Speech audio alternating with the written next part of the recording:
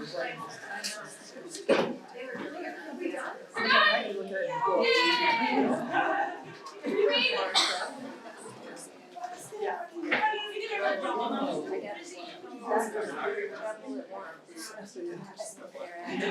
luck.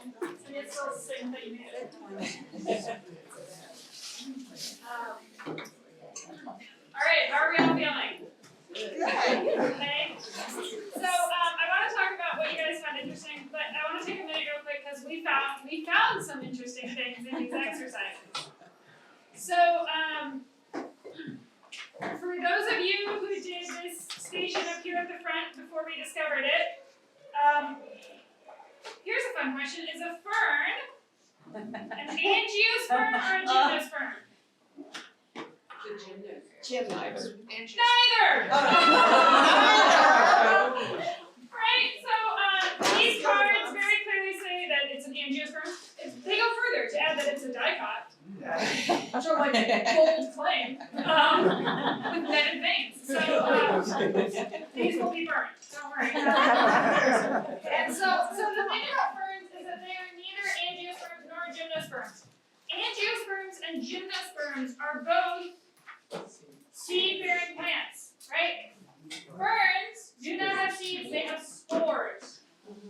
Spores have no endophyte with them, they have no food with them for that developing plant.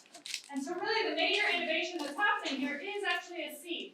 So whether we're thinking about something like a pine nut, which is actually like a seed of a pine, right? It's not a nut, but it's a seed of a pine. Or whether we're thinking about like an apple seed, both of those have food packed with them. They have energy for that seed to grow. Whereas what a fern is producing and what some of the other things like equisedum are producing is a spore. It is not a seed. But it has a vascular system. Has a vascular system, but it does not have seeds, right? So kind of think about it as mosses and lungworts, ferns, equisedum, that kind of stuff, gymnosperms, angiosperms, right? The fun trick, just because I think it's fun, is that orchids actually have such tiny reduced seeds that they're like spores, but they're not spores. They're tiny reduced seeds. So that's the trick on that one. And then the other thing that some eagle-eyed folks found was that the first edition of the textbook has reversed the chyme and the quorum. So if you have a first edition of the textbook, you will see these reversed. This is a current version because it's the online version. So there were some people who were looking at charts over there, and they were like, I don't understand why I'm not labeling them right. They'd look at the textbook, it looks like our worksheets were reversed. It's actually, there's a typo in the textbook, in the first edition. So something to be aware of is that the first edition of the textbook had some typos. The second version of the textbook has fewer. The online version is the least typos. Okay? So if you're ever kind of in doubt, check the online version because it's the most updated version, and then like the third edition will have, but right, it always gets frozen in time when it's printed, and then we just keep updating it online until we get there. Is that okay? Alright, so what was our favorite or hardest thing about the exercises? Favorite was that one. This one with the cards? Yes. With the horrible. Yes. Maybe thinking about the photosynthesis, respiration, and transpiration process. Yeah. That can be really helpful. Yeah. It starts explaining like why it's not working out there. I think in your garden. At least for me. For me too. Yeah. Anything that we thought was really hard or The photosynthesis one. yeah, that too, right? Helpful and very hard. Was it hard because of the exercise or just the notion of it or the I think the exercise. The exercise. I think maybe Yeah. maybe Too the many different variable ones. factors to with consider parts. within that period of time in Yeah. terms of the arrow up or arrow down, Plus minus. green, plus minus, yeah. Yeah. A lot of moving parts. Yeah, totally fair. Totally fair. I think conceptually, you have to move from thinking which part's going up and which part's going down to the bigger The picture balance. of what's the balance, yeah. That was, A little more I was so analytical. focused on the up and down, that I had to move on to that. Yeah. And these are skills that kind of as you just naturally start being aware of them, they're gonna start developing too, right? Because you're gonna start knowing things like, wow, it's hot and humid even at night. That's probably really hard for like plant metabolism and growth, right? Because that's like the take home from all of that, right? Is that like when it's really nice out and nights are slightly cooler than, like when I'm enjoying being out there, That's when the plants are enjoying it. Yeah. And when I'm not enjoying being out there, either hot or cold, the plants are probably shutting down one direction or the other, right? Because it's hard for them, at least for a lot of plants. Yeah. Another thing I heard a comment made was that there's just so many terms. Totally. Remember, your textbook is a reference, and the other thing too is like, I don't know if you guys took a lot of science classes or kind of highly technical classes in school, but oftentimes to me, they felt like just a deluge. And people are just like throwing terms at you, and you're like, that's great, that just whizzed right by. Like, I didn't catch any of that. And then all of a sudden one of them sticks. And once you have one thing stick, more things start sticking, right? So what you're doing here is you're really just trying to, the more you hear it, the more it washes over you, the more it'll start making sense. Another way you can think of it is like, you're just trying to build your scaffold for understanding. And then you're gonna go back through and like, once you've heard the topic once and something is stuck, you've built a little bit of your scaffold, then more will stick, you'll know where to put it, you'll know how to organize your knowledge. So the more you learn, the easier it'll get, but it's gonna be a steep learning curve at the beginning. But it like will start getting easier, like you'll start developing an intuition for it. Yeah, I promise. Another thing to build through. It's a different kind of reading. It's a different kind of what? Reading. It's a very different kind of reading. Yeah, it's a very different kind of reading. Yes. I don't know how many other people have gone through the, what is it called? The interactive ebook part versus Yeah. like the ebook part, but I found that really helpful because I gotta like have the information in multiple ways Yeah. to get in there. And like the quiz questions they have in between the little paragraphs is really helpful. Yeah. Yeah, and I can share that as well. Make sure people have it. Flashcards, I guess. Yeah, someone asked me like, how would you do it? Flashcards. I'm kind of old school though, right? Like, how do I learn spelling? I just write a word first times. I don't know. Like, I don't have. But it'll start making sense to you, and you'll start developing an eye for a lot of things, right? Because I would say that I'm, and a lot of our master gardeners are at the point where we don't know the answer to every question, but we know pretty quickly how to narrow down our search area, just based on what our experience is and kind of our understanding and kind of developing that. Yeah. Awesome.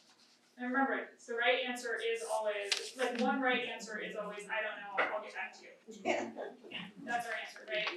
I know that I was told one time, if the worst answer you could ever give a professor especially was a clearly BS one. Right? Like you were always way better off being like, I don't know, let me look into that and get back to you.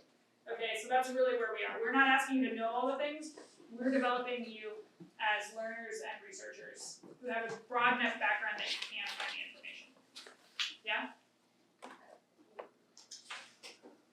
Cool, so one random aside that I really want, because I was asked by Margaret, our wonderful snack queen, is after class, if anybody actually really needs the gluten-free options, could you come and tell me? Because Margaret is not gonna keep making gluten-free if she doesn't have to. So so if you actually need it, just come give me a heads up afterwards. We're totally cool to keep doing it, that's fine. I think she was just like, I wanna know that like someone wants gluten-free Chex Mix. Okay, sorry, total aside, I just didn't wanna forget it. Alright, so we're gonna talk for a little bit now about your final project. Okay? Marianne, if I'm going off the rails, just pull me back in. Don't worry that you don't have, if you don't have your printout with you, it's not that big of a deal, you can go home and look at all this later. I don't think I'm gonna put it up on the screen because you will not be able to listen to me if there are that many words on the screen, it's not gonna happen. But what I wanna kinda do here is I just wanna start introducing you to the idea of your final project. So your final project is really all about you coming up with a garden plan for you, that will be useful for you, that has value to you, right? On our end, we just want you to show that you've learned the material in the class and that you can kind of demonstrate that you know how to use it, right? That's actually like what we're asking you to do with your project. We're just asking you to integrate a bunch of information and show that you know how to use it. But the benefit to you is that you're gonna end up with a garden description and a garden plan that's really useful for a space you're interested in, right? And I know we have a number of master gardeners here who are like, I still refer back to my plan, right? Because whether you're describing a bed you already have or whether you're developing a new bed, you'll come out of this with a plant list, a pest list, a maintenance schedule for that. And so you're gonna have everything you need to care for that in one handy spot with all your references and all your information already, right? Which is super cool. So, part of what I hope you'll pick up throughout this is that this is not meant to freak you out. The goal here is for you to come up with something useful and for you to show you know how to use the information. And so part of that is that as part of this project, you're gonna select an area of your yard or a garden bed, or you're gonna select some sort of area that you're focused on, right? Are you going to select your whole yard? No, you are not, right? You've already looked into this when you submitted your soil sample, but I would really encourage you that you could absolutely do this project on a 10x4 raised bed out at Grace. Right? 10x4. That's not huge. If you wanted to get real intense, you could do this on 15 houseplants. Right? You don't need to do this on a big, massive bed with a million different things. What we're asking you to do is just that you can show you know how to do things, right? You know how to look up pest schedules, you know how to consider your soil. So however big your dream is, I would go look at it today and say, can I make this dream about half as big, right? Okay, you're gonna appreciate it in the end, okay? So that's step one, you're gonna find your spot, and as you work through the exercises here, Ashley, if I could say Yeah. something. This is a statement to all of you in this room, and you know who you are. Yes. Who are overachievers. cut it out. You're gonna go in and you're gonna say, well, I could do this smaller area, but it would be so nice if I kind of had all of this, because I would like learn all, I mean, you're here because you want to learn, right? And you get yourself jacked up and excited, and then you realize, holy cow, there's 200 plants in this area that I just picked. Yeah. So, overachiever friends, because I am one. Yeah. We know our people. Yeah, please, as Ashley said, cut it in half or maybe even more. Just pare it down. You'll still be able to do all this stuff, and you'll be able to take it and use it later, and you'll come up with what parts really work for you, Yeah. which is what this project's all about. So anyway, just felt I needed to reach out to the overachiever. 100%. Right? Like, you guys are a bunch of adult learners who went through an information session and an involved application process so that you could sit in a class you just want to sit in for 17 weeks. So you could volunteer, right? Like, so like, I would just be like, take it down a notch. Take it down a notch. That's funny. Okay, so all of that being said, to make this a little bit more manageable for you guys, we do break it into two major chunks. You have a first part of the project that will be due March 6th. You have a second part of the project that will be due April 17th. This is all in your packet. The first part of the project, and these are detailed in your packet, kind of talking about it. You're just really going to be describing your site, right, the broader site. What does your little garden bed look like, right? So, and then kind of what's your soil like, and what are the plants on that site. The second part's way more focused on how you care for those plants, pruning, maintenance, pests, and that kind of stuff. You can put this together however you want to put it together. We get emailed PDFs, we get emailed spreadsheets, we get printed out binders, I've had this done with construction paper, I've had this done on big sheets of paper with overlays. I don't care how you do it. right? Like just whatever works best for you, whatever makes sense for you, and we'll have some examples in the coming weeks so you can see some of those different formats. But know that really like this can be whatever works for you, whatever makes sense for you, because again, we want you to have something at the end that is useful for you, right? Whatever crazy format you want sounds great. I always like find it weirdly delightful when someone comes in with like a stack of construction paper or a rolled up tube. I'm like, I don't know what that's gonna be, but I love it, right? It's also fun because I'll be honest, we can kind of see your personalities and what format you pick, which is always interesting. You learn a lot about someone. Yeah. For the I lost my question, sorry. It'll come back. I have one though. Yeah. You mentioned we can do it on 15 housemates. Yeah. For houseplants, how do you include the soil test?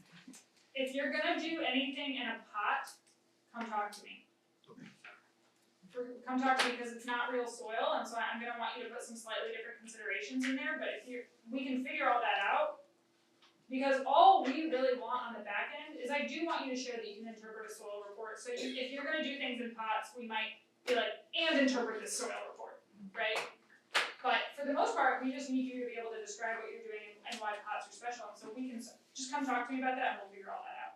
And we'll cover potting media a little bit in our soils talk, so you have some reference for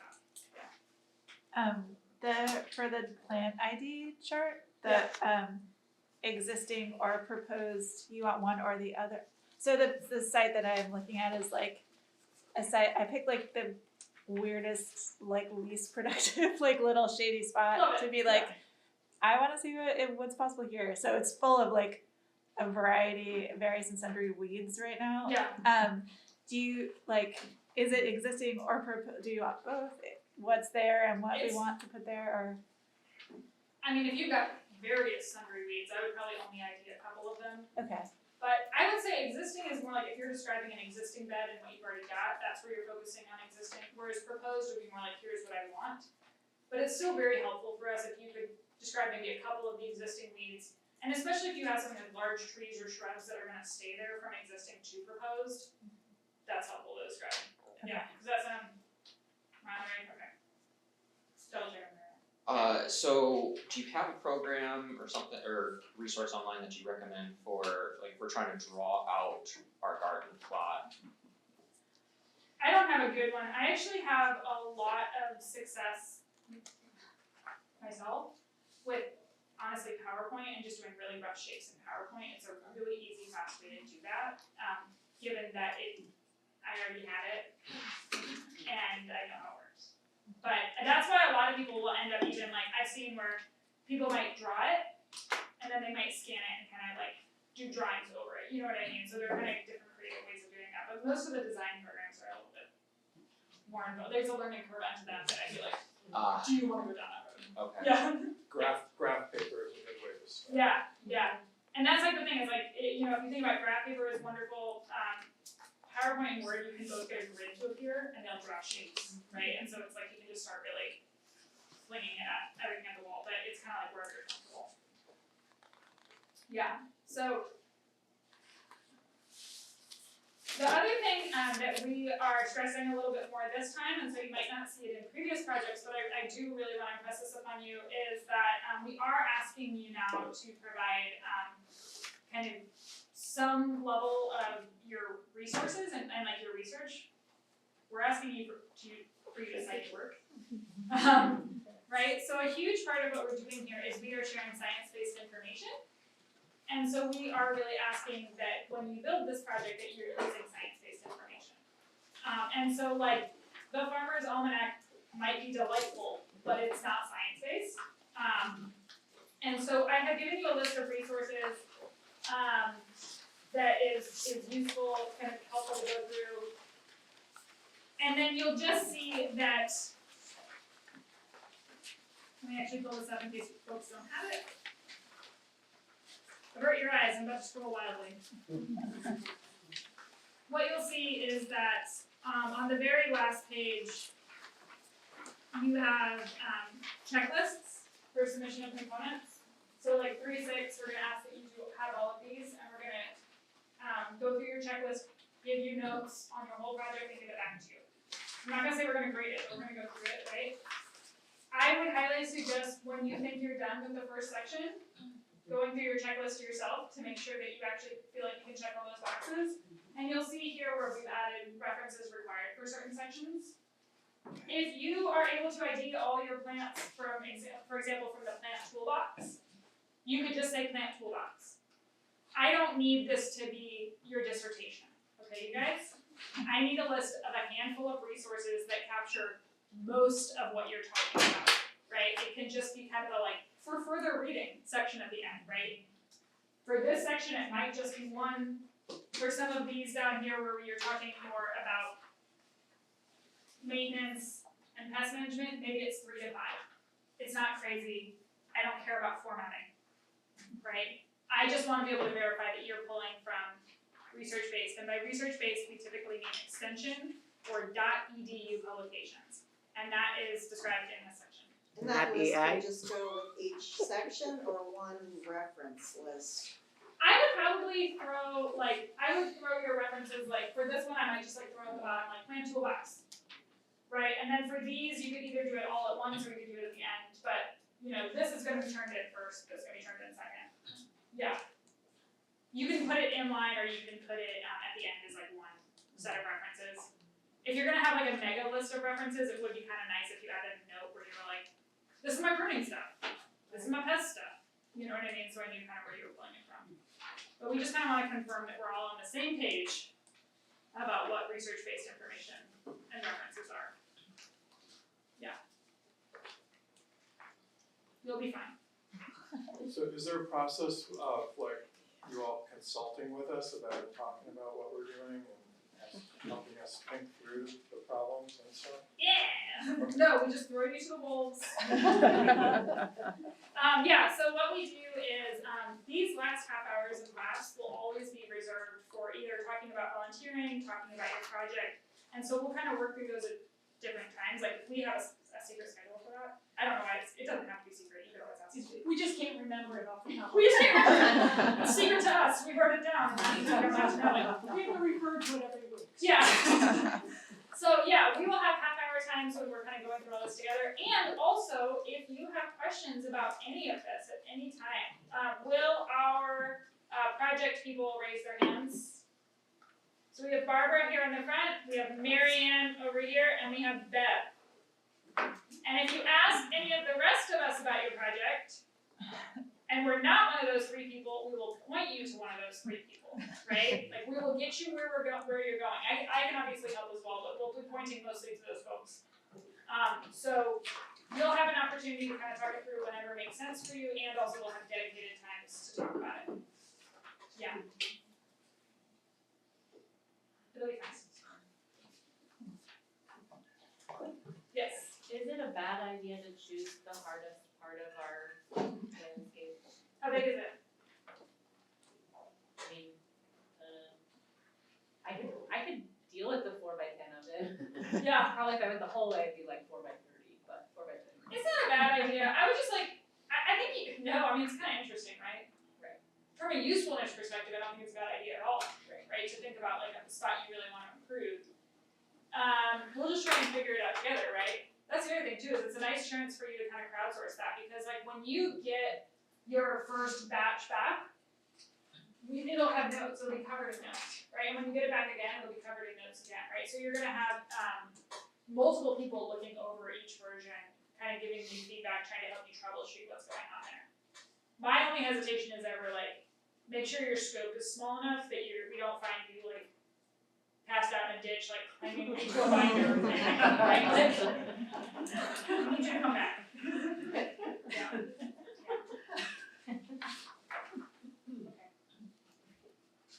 How are we feeling about the day? Good. So for next week, before you leave, I'm gonna hand out your evals. I'm not gonna forget to do that again. By that, I mean I might hand them to Lynn. Lynn's gonna hand out your evals. For next week, we will be doing soils.